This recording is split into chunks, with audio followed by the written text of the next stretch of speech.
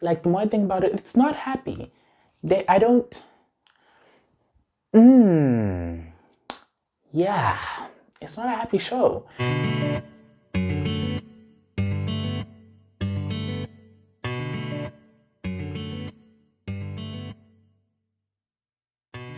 Hey guys, welcome back to my channel. My name is Zwa, and today I'll be talking about one of the best anime shows out there, Attack on Titan. So I'm going to try and keep this review as non-spoilery as possible because I really think that Attack on Titan is a show that you should watch. Even if you aren't an anime watcher, even if you aren't like a sort of like religious anime fan, I'm not, but I think that this is a show that everyone should watch. It is phenomenal. I'm gonna try and keep this review as non-spoilery as possible. So, what is Attack on Titan about? So humanity has been brought to the very brink of extinction, and the last bit of humanity is forced to live within these massive, gigantic walls that basically form like 3 concentric rings, and the inner city is basically where the royal family, the nobility, and like the upper class people live, and like, you know, that's basically it. And the reason why humanity is now forced to live within these massive cities is because of these humanoid monsters called Titans, which eat people not because they need to eat them, but because they enjoy eating people. Like, they eat humans for the fun of it. So you have these people called scouts, these group of people called scouts, who are like specially trained warriors who like leave, you know, the cities and, you know, traverse these lands to either kill Titans or find out, you know, the secret of the Titans so that they can, you know, like remove these Titans. The show begins with our protagonist Eren, whose city is demolished by Titans, and he watches his mother get eaten by a Titan. She straight up gets munched. Like, you see the Titan biting down on her mother, and that begins Eren's quest to learn and train so that he can get revenge on Titans and, you know, win this war against, you know, these Titans. That's the opening premise. You know, that's the opening premise of the show. You know, the premise that gets explored, you know, in the first 7 episodes of season 1, until a point after season 1 when you realize, okay, this show is much deeper than what, you know, the establishing premise is. As you watch the show, you know, you start to ask more questions, and when those questions are answered, you ask even more questions, and there's conspiracies and, you know, religious factions and governments that are trying to hide secrets that could, you know, destroy the entire world, and royal families that are terrible. Like, the entire show explodes after like episode 7 of season 1. So I binged Attack on Titan, like all 4 seasons, in the space of 3 weeks. I don't recommend that you do that. I don't like how it made me feel towards the end of season 4, and like season 4 is not even over. It was just season 4 part 1. I don't like how it made me feel. I don't recommend that you binge it in 3 weeks, because you'll feel extremely depressed by the end of the 3 weeks. So much so that you'll start to wonder if your antidepressants are actually working. So no, don't do that. Don't binge the entire show in 3 weeks, but watch it. I can't recommend it enough. This review is just gonna like speak about season 1. I'm gonna do like season 2, season 3, and season 4 in their own videos, but this is basically just a review of season 1. But honestly, I enjoyed season 1 so much. The pacing was okay. The pacing was fine. With Attack on Titan, at the end of the day, it's an anime. And although it's a really good anime, there's a lot of anime-isms that I don't think I liked, but I got used to it because I understand that that's just the media that anime is. You know, you'll have this really tense scene where like characters are like running for their lives, like they're straight up going to die. And in the middle of that scene, they start monologuing. And like, obviously it's an internal monologue, but they start monologuing.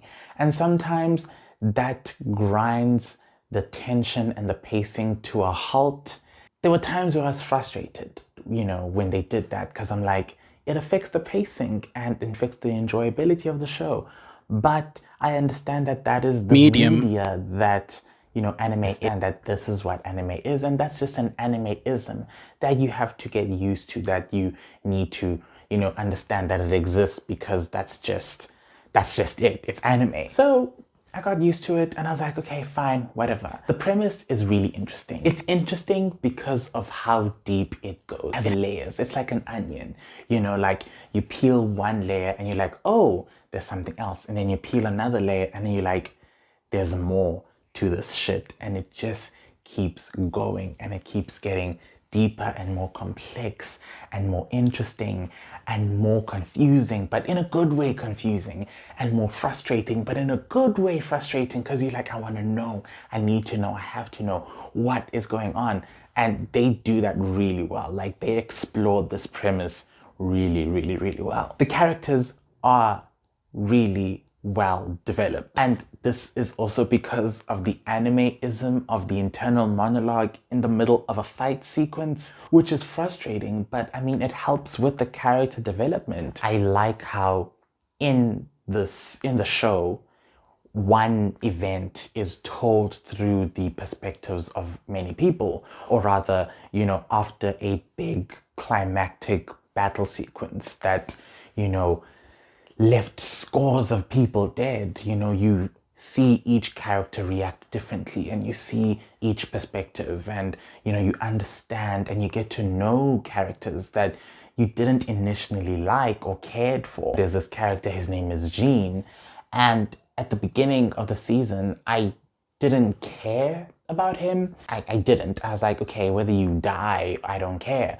But by the end of season 1, I was interested to see where his character would go, beyond the season. His conflicts and his, morals and his worldview was so well developed. And I'm like, okay, I don't like you necessarily, but I'm interested to see where you go. The themes of the show are like one of my favorite things. One theme that I really liked that it explored was the actual cost of war. I've read and, watched a lot of content that explores war, the psychological effects of war, and. But I think the show Attack on Titan really made us and the characters question, what does it mean to be in a war, and what is the cost of war? The show has so many people die, and I'm speaking about season 1. It's the penultimate episode, I think,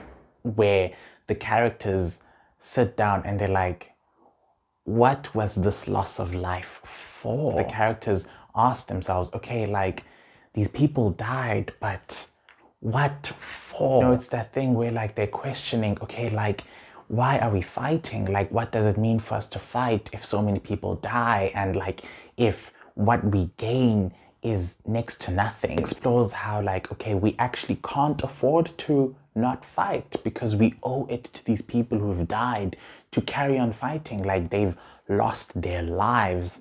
And we can't not fight. We have to fight. We have no choice but to fight. Also, the psychological toll that war has on these characters is, you experience it in such a visceral way.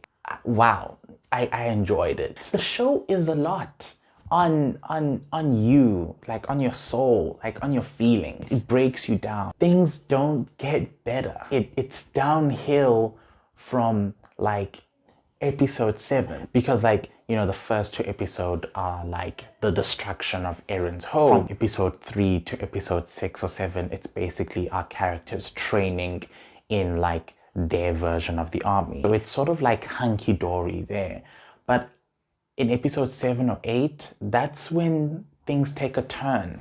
And they take a turn for the worse from that point onwards. You think that things have gotten worse, but they go from worse to worser. And when they get worser, they go from worser to worsest. It doesn't get better. It's not a particularly happy show. Like, the more I think about it, it's not happy.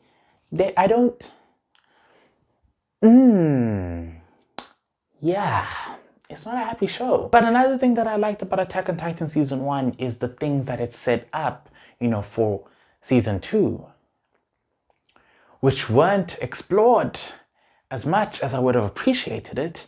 But I'm gonna get into that in my review for Season 2. But it sets up quite a lot that, it makes you excited for Season 2.